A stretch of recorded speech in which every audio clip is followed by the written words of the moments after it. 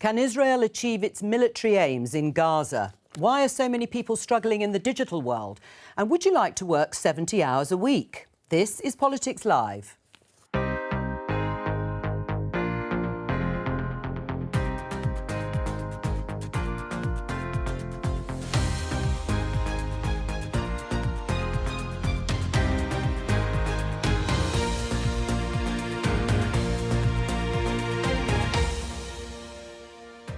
Joining me, Conservative peer Baroness Stowell, Liberal Democrat MP Layla Moran, the leader of Plaid Cymru, Reen ap Yorwerth, and Tim Montgomery, founder of the Conservative Home website. On the programme,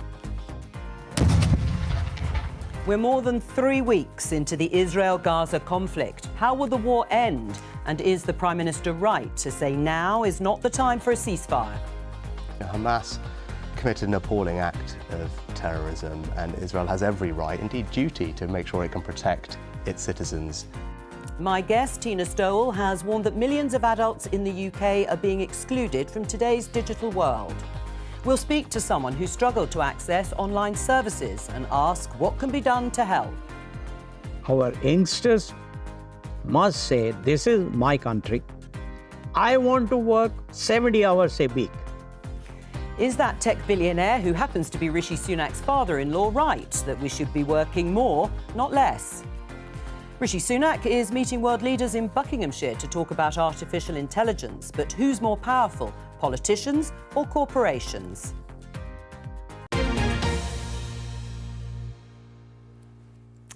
Let's start with breaking news, because the Bank of England has held interest rates for the second time at 5.25%. It had been going up consecutively 14 times in a row. The bank is trying to bring inflation, the rate of inflation, closer to its target of 2%. It is still some way off because it's currently at 6.7%, but it has fallen from its peak seen last year. And of course, this will form part of the decision-making and discussion when the autumn statement. We'll have a special programme for that, of course, on Politics Live later on in the month of the 22nd of November.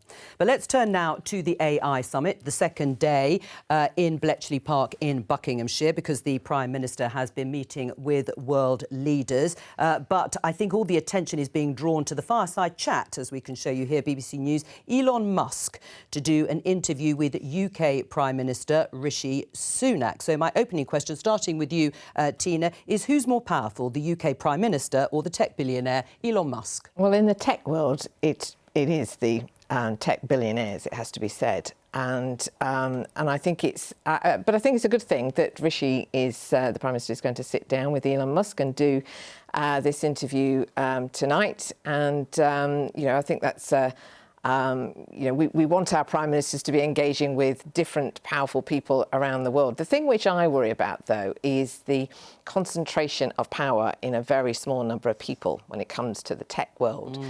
And, you know, it's a very undemocratic situation, and particularly when you think about... I mean, I don't, just to be clear, I do not subscribe to the view that Elon Musk is a villain. I think that's... So you don't think it's problematic, this fireside chat between him and Rishi? No, I don't. And I think it's a rather lazy sort of thing for people to try and portray him as. But... as I say, I think the concentration of power is not a good thing. Okay. I think that his ability to switch on and switch off, you know, his satellites around the world whenever he chooses is worrying. But I also think as well there's an issue in the sort of digital markets world where we've got some big tech firms controlling digital markets and therefore controlling the opportunities for smaller businesses. Just briefly, though, who is more powerful broadly across the globe? Is it Rishi Sunak or is it Elon Musk? I'd say it's probably Elon Musk. All right. Layla, who do you think? Well, I mean, I'm a scientist and I want a spreadsheet before I answer that question, because I think that I haven't got one for you. Their power lies in different spheres and actually are doing different things. So it's undoubtedly true that, you know, Elon Musk's ability to influence broad swathes of societies, not just here but across the world, is almost unparalleled, and that is concerning for the reasons that you rightly just outlined. But I actually think that shouldn't be diminishing democratic elected leaders like Rishi Sunak, like Biden and others, who need to be now exerting themselves in this area. So I welcome the AI summit. I think what it's trying to do is great.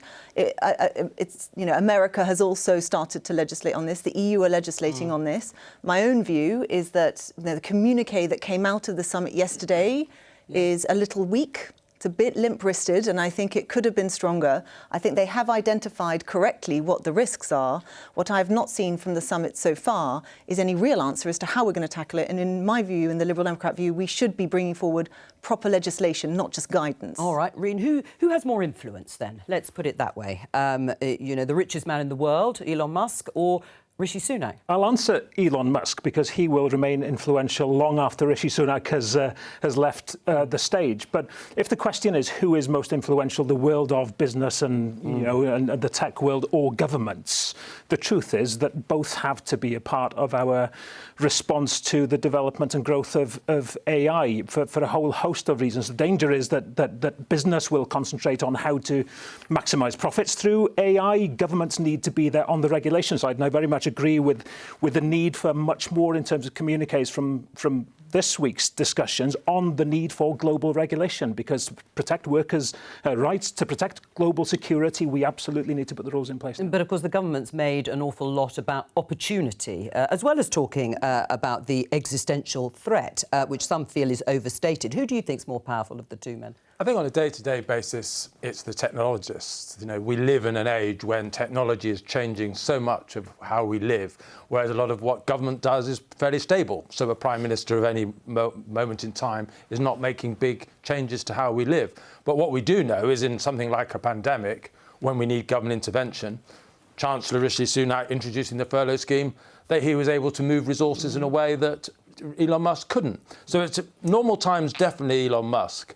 But when we really need help, and perhaps we really may need help in the regulation of AI in the future years, the Prime Ministers, democratically elected politicians, still can move the dial in a way that business people can't. Just briefly, if we look at the front page of the Daily Mail, Musk's chilling alert over AI. He tells Bletchley summit it threatens humanity. As I said, we've heard about existential threats. But guess what? The front page said Facebook's Nick Clegg, former leader of the Liberal Democrats, says dangers are overstated. Who's right?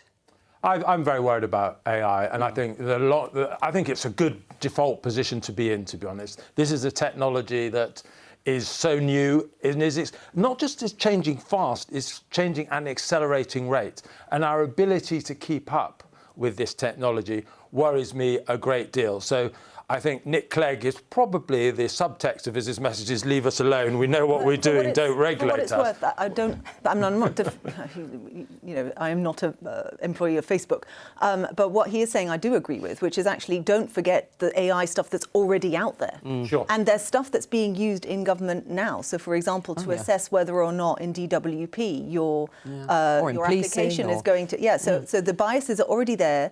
And there is an issue with how transparent that is and how people have cause for redress if they feel that the AI has got it wrong. We haven't got that right with AI we're using now. All right. Well, we're going to have obviously coverage or certainly some sort of streaming of the Elon Musk Rishi Sunak chat.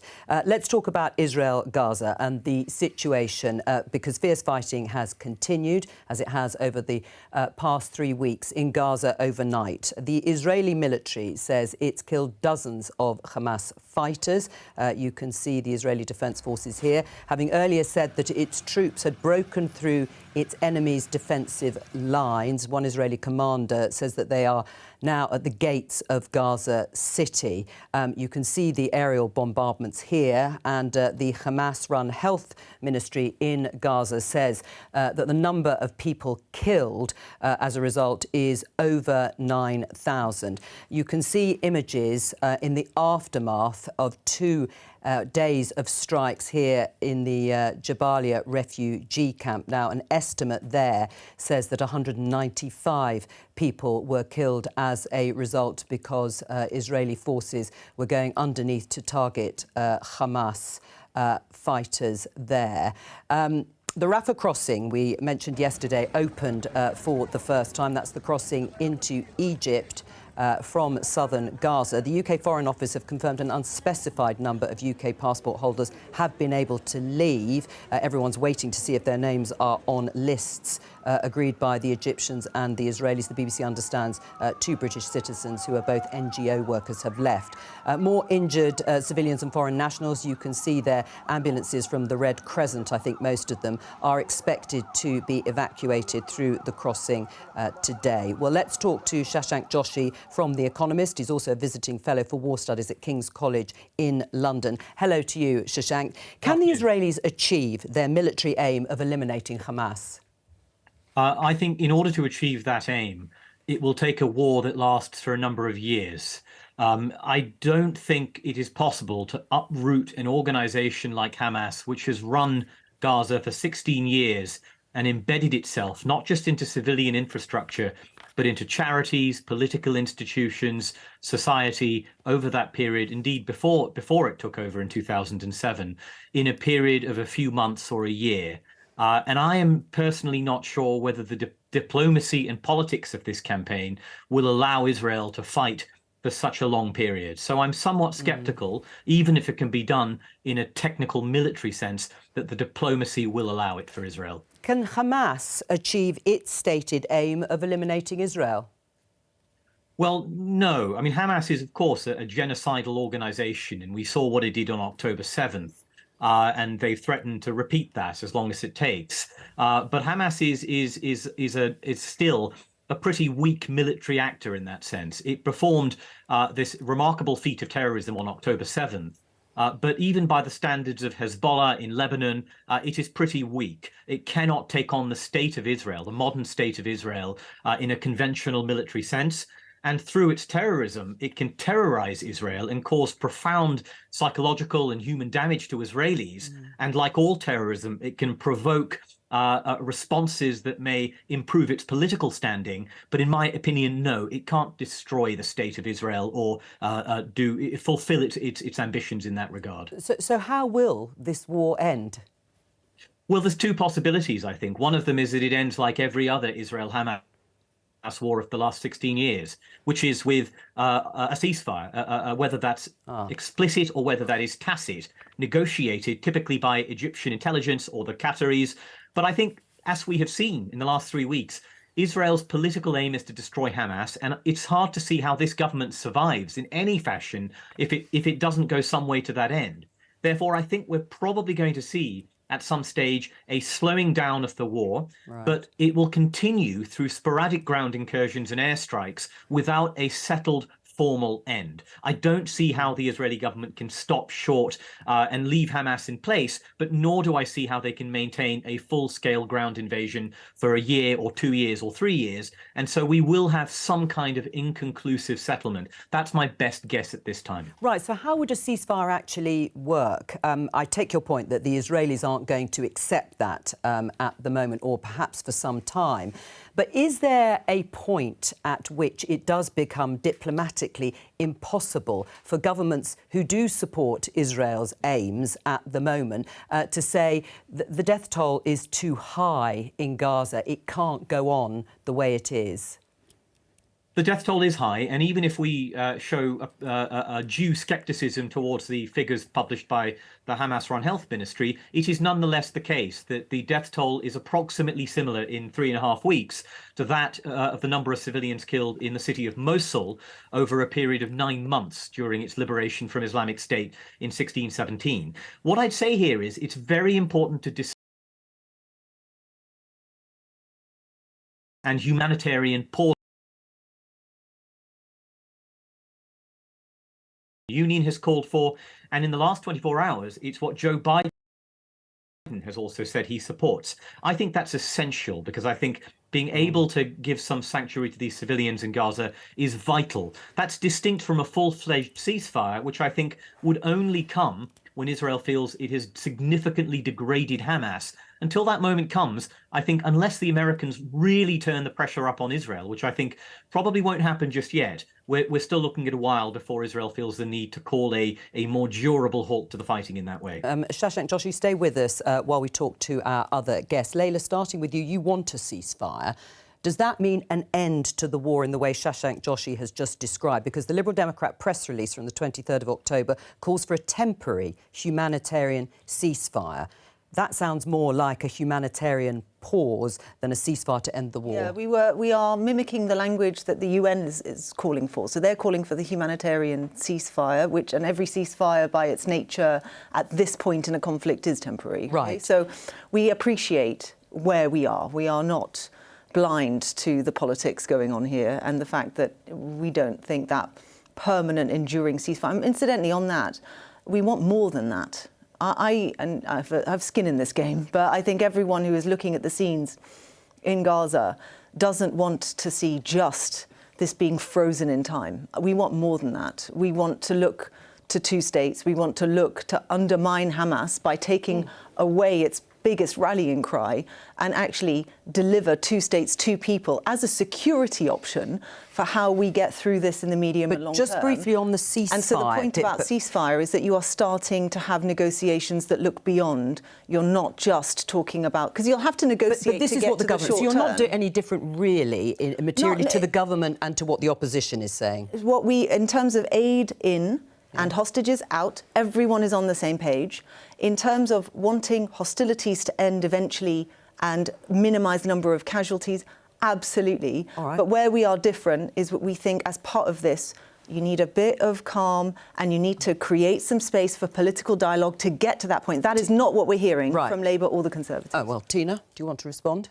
Well, I mean, the Middle East is not a topic that I have much expertise in, but what I do know, and it was very helpful listening to Shashank there, but what I do know is from what we've heard from the Hamas officials when they speak on Arabic TV is their complete commitment to continuing this war and their sort of, unwillingness for any kind of ceasefire. So I don't think, as has been said, I don't think a ceasefire right now is an option, because what that means is surrender as far as Israel is concerned. That doesn't clearly remove the need for there to be opportunities for the aid to go into Gaza and, the most important thing for these hostages clearly to be released too. But I don't think we are anywhere near at the moment where a ceasefire is an option. So why do you think the others are wrong, Irene? Because Plaid Cymru would like to see a ceasefire, not a temporary pause or a humanitarian pause, a ceasefire. As Leila said, any call for a ceasefire has to have a view to it being a permanent ceasefire, because surely that is what we're seeking for now. We are in a situation where a child is losing their lives every 15 minutes or so. The world is looking on at an abhorrent response, an indiscriminate response to, yes, an absolutely abhorrent attack by Hamas on the 7th of October. But the international community has, however small that glimmer of hope, to put pressure for a ceasefire in order to allow that humanitarian pause, whatever you want to call it. But we have to have that eye on the future. So would you like to see that right now? Would you like to see the Americans, because it sounds, Shashank Joshi said, it's only the Americans who will be able to exert that sort of pressure and no doubt some sort of negotiations over hostages, put that pressure on Israel to have a ceasefire right now? People ask me, why spend time in the Welsh Parliament discussing this? The answer to that is that every parliament everywhere standing for humanity has to be looking at what's happening in Gaza and saying this has to stop. Now, we're not a player in Wales as the United States in, but the international community working together surely should make it a priority to end the violence now, and at the same time, ceasefire as a precursor to the release of hostages and all that, but also as a precursor to trying to put a lasting peace in place. Is it realistic, though? Not really, because I think, and I take issue with something that Mr. Joshi said in his conversation with you, Jo, as well. I think Hamas may not be able to threaten Israel as directly as your question asked him to. But I think the big thing that is missing from our conversation a lot is Iran's role behind Iran's role behind organisations like because Hamas. Hamas is seen as a proxy. Absolutely, well, it is a proxy. It's a proxy. Hezbollah is a proxy for Iran, and I think we underestimate and understate in a lot of our conversation Israel's vulnerability in this. It is surrounded by powers that hate it, that literally want to drive it into sea. And Iran is a very powerful nation. It's allied with Russia. It's allied with all sorts of despotic regimes around the world. It is finessing its military capability. Israel feels not so much that it's trying to needing to eliminate Hamas, but behind Hamas is Iran's power. So let's not always just see this conflict as powerful Israel and weak Hamas. Actually, the balance of the region is much more threatening to Israel, and that's why they feel they need to be on the offensive in the way they are. It's a horrible situation. My heart goes out to Layla and other people who have relatives in the region. Of course, this is awful, but do not underestimate Israel's vulnerability within the regional context. Well, Shashank, Joshua, can I get you to respond to that? Is that how you see Israel too, as more vulnerable in the way that Tim has said? I think that's fair. You know, the events of October 7th were the biggest trauma for the Israeli state since the Yom Kippur War of 1973. And that was a really existential moment in which nuclear weapons were discussed by Israeli leaders. This is a bit different, but nonetheless, Hezbollah has 150,000 rockets. And unlike in 2006, when it fought another war with Israel, a lot of those rockets are now precision guided, which makes a big difference. Against that, of course, we have to say, and be clear here, there are 2 aircraft carrier strike groups sitting in the Eastern Mediterranean. There's the Royal Navy. There are other countries sending aid to Israel. So Israel has significant military diplomatic backing, which does give it a safety net to a high degree. But of course, we are waiting for a big speech by Hassan Nasrallah, the head of Hezbollah, tomorrow. And I think the question of Hezbollah's entry into the conflict would still pose a really, really serious military problem for Israel if it were to make that choice down the line. Tim mentioned your family, who are in Gaza and in the West Bank, near Jerusalem, or in Jerusalem. How are they, first of all? Have you heard from them? So my mother's Palestinian. We are many generations back, Jerusalemite family. The way we identify is often Jerusalemite first and then Palestinian. And we have extended family who are in Gaza. They are sheltering in a church.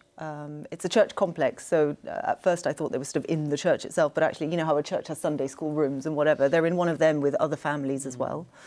They can't move. 2 of them are very frail, a bit old, and they are also frozen in fear, because what is very clear is that there is nowhere in Gaza that is safe.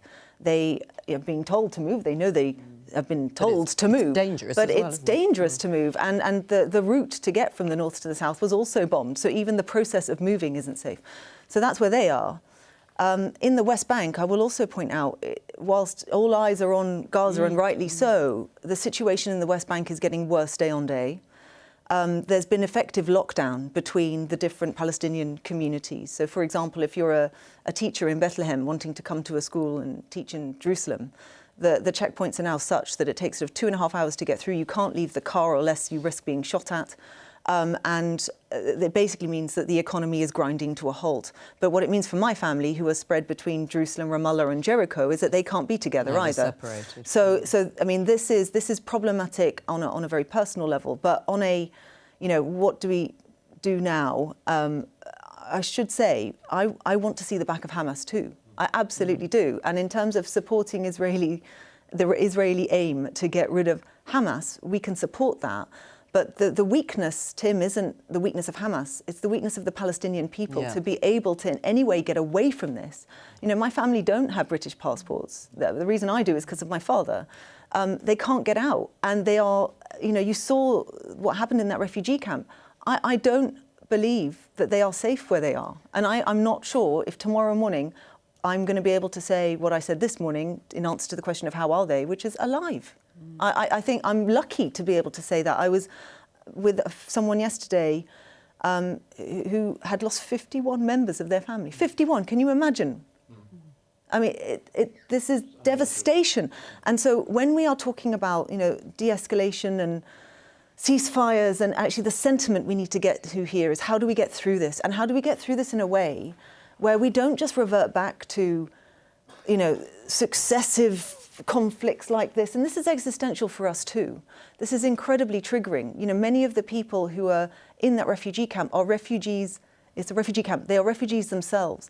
And my grandmother is in her mid-90s. She is being completely re-triggered by everything that is happening now. And there is a powerful cross-narrative of history that, by the way, is both true from the Israelis and the Palestinians, where one is, so their independence was our Nakba. You know, we have to now get to a point where we move forward together. And the only way, in my view, to move forward is two states. So we cannot lose sight of that.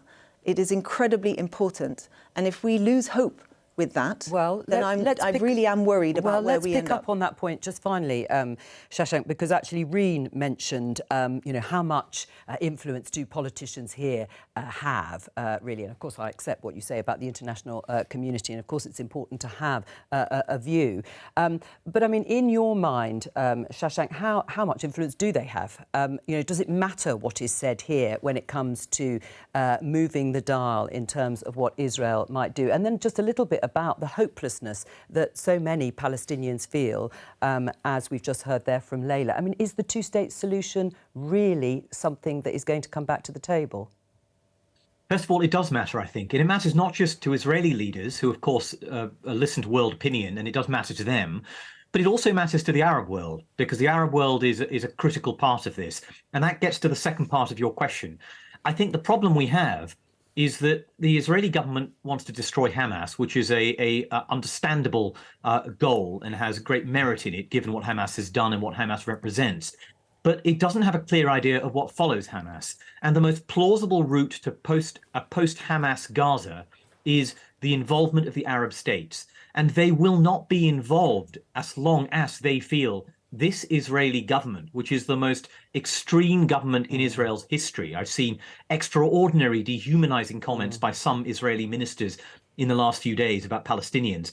As long as they feel this is the government they're dealing with, this is the government that will be shaping post-Hamas Gaza, they will be very reluctant, and their publics will be opposed to serious involvement in shaping a post-Hamas Gaza, its governance, its reconstruction, its administration. And so I think we have a real problem here, that tension between the war aims and the politics. Shashank Joshi, thank you, and thank you for giving us your personal story at this extraordinarily difficult time for your family. Let's talk about something completely different, and that is digital exclusion. We mentioned it in the headlines. The Standard here says, forget being a tech superpower. Millions of adults in UK falling behind on digital skills, say House of Lords. House of Lords is calling on Rishi Sunak to swap AI and coding for a joined-up government strategy on eradicating digital exclusion and digital poverty. Now, it's a report from the Communications and Digital Committee, which Tina here chairs, and we'll come to you, Tina, in just a moment. But let's talk to Julie Adams, who is a Sheffield resident who's been getting help with her digital skills. And with her there is Hayley Nelson, Director of Learn for Life Enterprise, who's providing some digital training for Julie. Welcome to both of you. Julie, first of all, just give us a sense of what have been day-to-day struggles for you in terms of using digital technology. I'd only got a phone, and it's, you only have so much data, and I'm sorry, on a budget, I couldn't afford a laptop, so I couldn't improve my skills, really. And what things were you struggling to access or to do on a day-to-day? Banking, actually learning to make, to understand it, really, and to, to learn how to do banking online and to do shopping online. I've never done anything like that yet. And what then spurred you on to seek some help? Sorry? What spurred you on to seek help or get some training in terms of digital skills?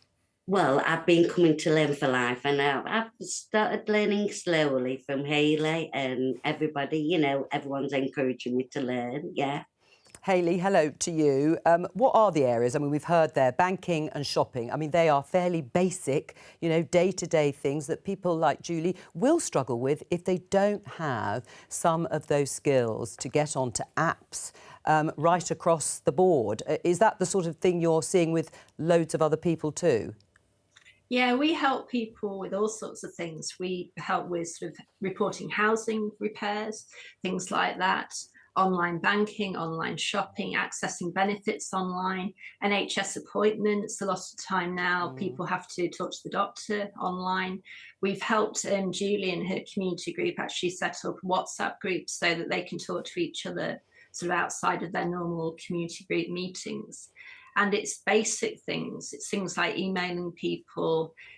Data is a big thing as well. So we are part of the National Data Bank, and we have been able to donate internet data to people so that they can access the internet.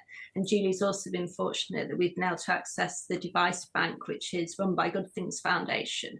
And we've been able to give Julie a laptop so that she can actually get online. Right. So it's teaching people the basics of using equipment as well. Julie, how isolated were you feeling before you got the help that Hayley's given you? Oh, really isolated. I'd get an email through saying to make an appointment at the doctor's, and my phone wouldn't let me access that website. So I had to actually get into the doctor's or phone them because I couldn't do it. And it's same if anybody sent me reply on my email, my phone wouldn't let me do it because I had to have a special app, so I didn't know that. Right. So I feel very excluded, yes. And so what did you do? You had to walk down to the GP surgery. You have to do everything face to face. Yes. Yeah. I mean, Hayley, listening to Julie and the sort of help that you're providing, I mean, what are people most worried about? What are people most worried about when they're being trained in digital skills? Is it just a fear of anything technological, or is it beyond that?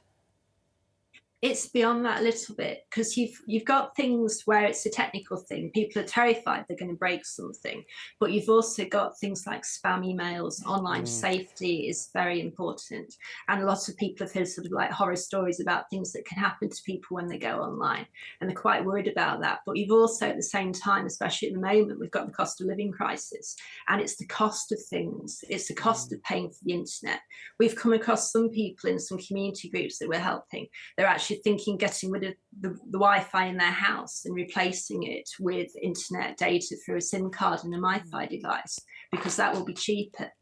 But there's also the fear, especially like with AI at the moment and artificial intelligence, that people are a little bit worried about that because they don't know what will happen, and it seems to be speeding ahead very quickly. Well, they're not the only ones, Julie. Don't worry about that, as we were discussing earlier. But just stay with us, Hayley, I should say, Hayley and Julie, while we open it up. Tina, how widespread is digital exclusion? It's bigger and more complicated than you think it might be. I mean, I think part of the problem that we are addressing, or want the government to address, is a sort of rather complacent attitude to this topic, because in the past we've talked a lot about accessibility, rollout of broadband, all of that sort of thing. And I think during the pandemic as well, there was an assumption that everybody's going to get online because they've got to. So things are looking sort of much better. And it's true that there has been progress, for sure. Things are much improved. I mean, broadband is, there'll be some parts of the audience watching who will say, well, my broadband's not terrible, but it is much better than it was. But what we're finding is that there are still 1.7 million households without any broadband at all. The Citizen Advice said earlier this year that there are about a million people who have cut back or cancelled their internet because of cost of living. So this is a real issue. But I would just say just a couple of things, if I might. I mean, really well done to Julie for trying to do this, because you know, it's a complicated picture, because there are some services that we still need face to face. Not everything is better online, okay, but a lot of what's online now is either more efficient, or that's where you can get better prices, and we don't want people to lose out either. Right. And that's what is so important. Would you like to see more setups like the one Hayley works for, charities that are helping people in the community? Is it up to wider society to do more, or is it the government? Oh, absolutely. There's a role, and I'm really pleased to hear what's happening with that group there. My dad lives next door to me. He's a very sharp sort of 79-year-old, but I do get the odd phone call, could you pop over and help me with this? Now, he's lucky that I am nearby, or my kids are, but there are people, as we've heard there, who feel, you know, isolated, unable to reach out for help. And there are so many levels and layers to this. I think that there's the technological side, the need to offer broadband connectivity, affordability, as we've heard, people who are excluded because they can't afford it, maybe disabilities and so on.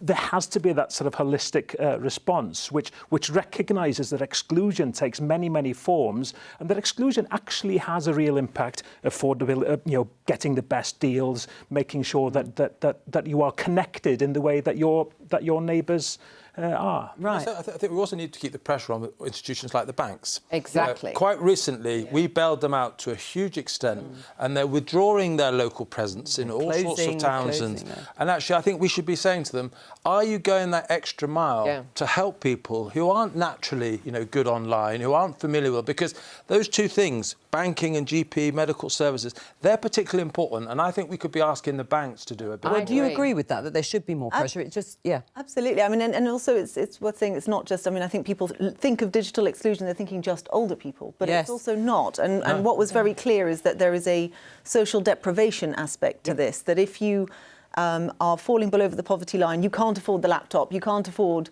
the new technology as it's coming out.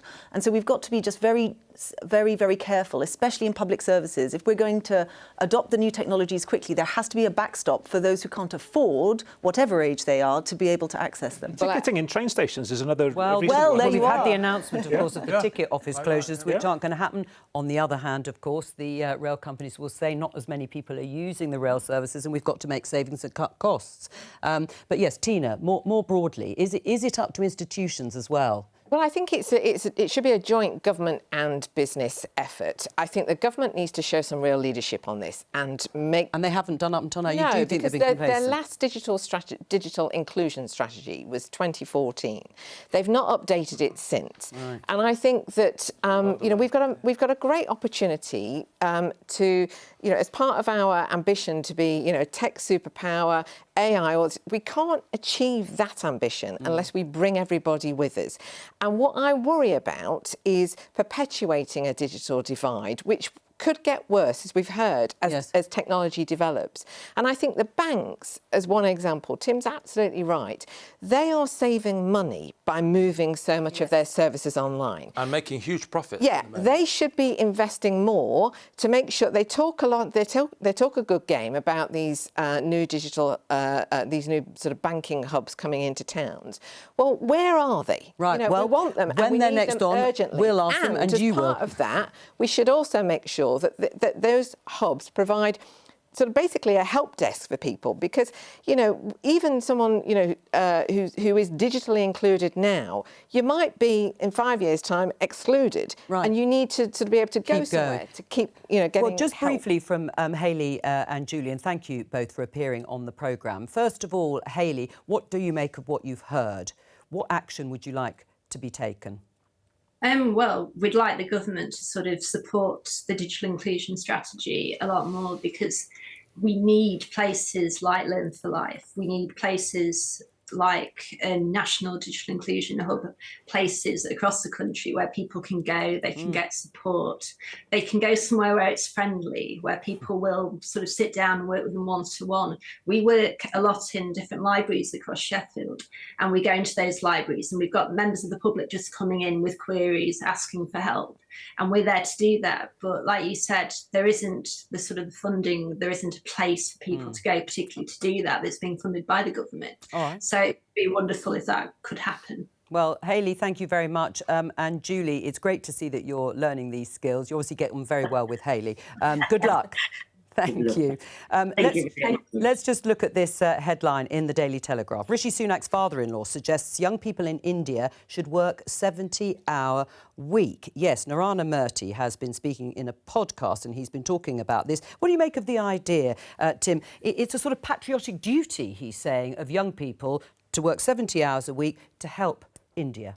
My dad thinks I work a 5-hour week. He says, you only ever seem to be on TV and radio most an hour a day. That's very hard work. Look, I think it's mad. I hestate to criticise someone who's made hundreds of millions of billions. Maybe that's where you've been going wrong. That's where I've been going wrong. But I think actually, particularly in the tech sector, we talk about AI automating so many processes. What we need from human beings is that wit, that creativity, that personal service.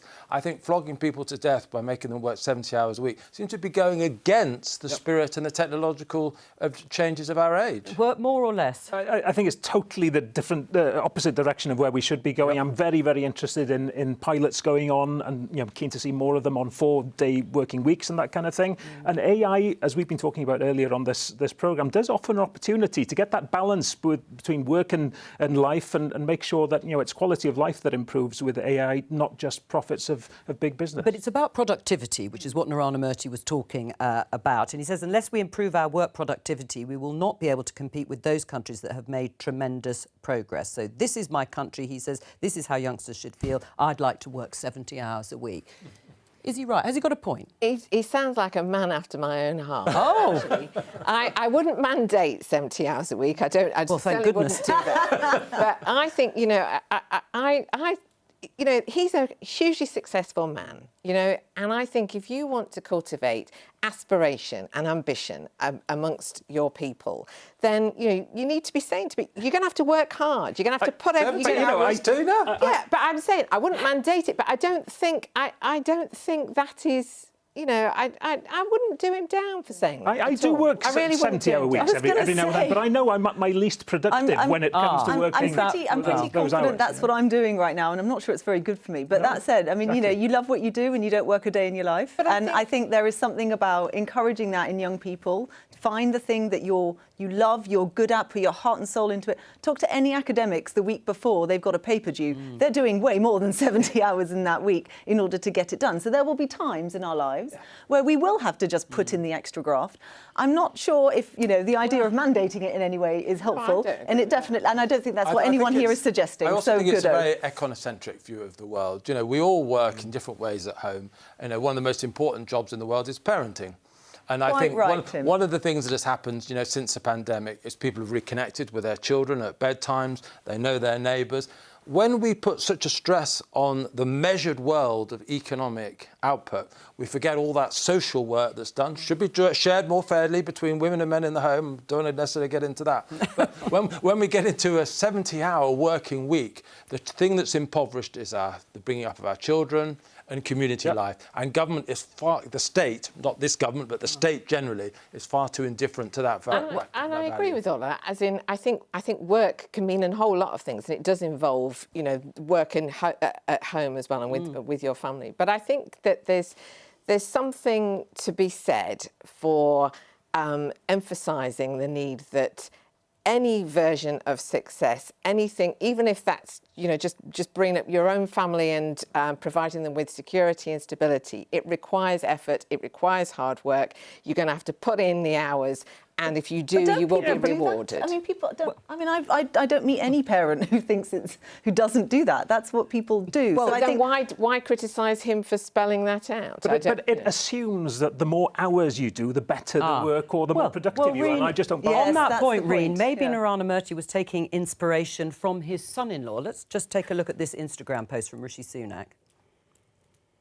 There he is, working away at his pledges. Said he would work hard to achieve all of those pledges that they've neatly put at the side of his desk. And to go back to your point, you can't achieve it without putting in all those hours, Reen. Yeah, and I just don't believe in counting hours as a means to measure how productive or how successful he hasn't done any of that, so don't believe what you see online.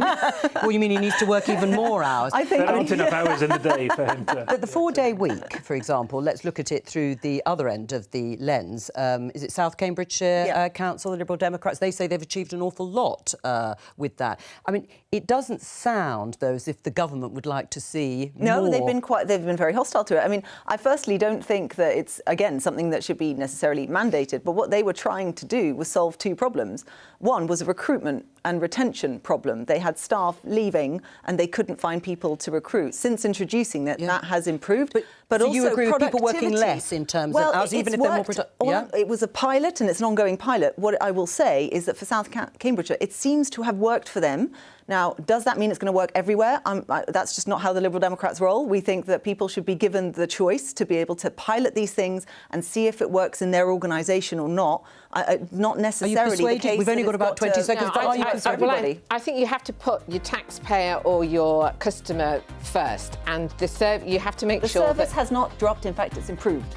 That's debated, I think. And on that debate, I'll let you carry on the debate, but that's all we have time for today. I'll be back on Monday working very hard with more Politics Live at 12:15 here on BBC Two and the iPlayer. From all of us here, bye-bye.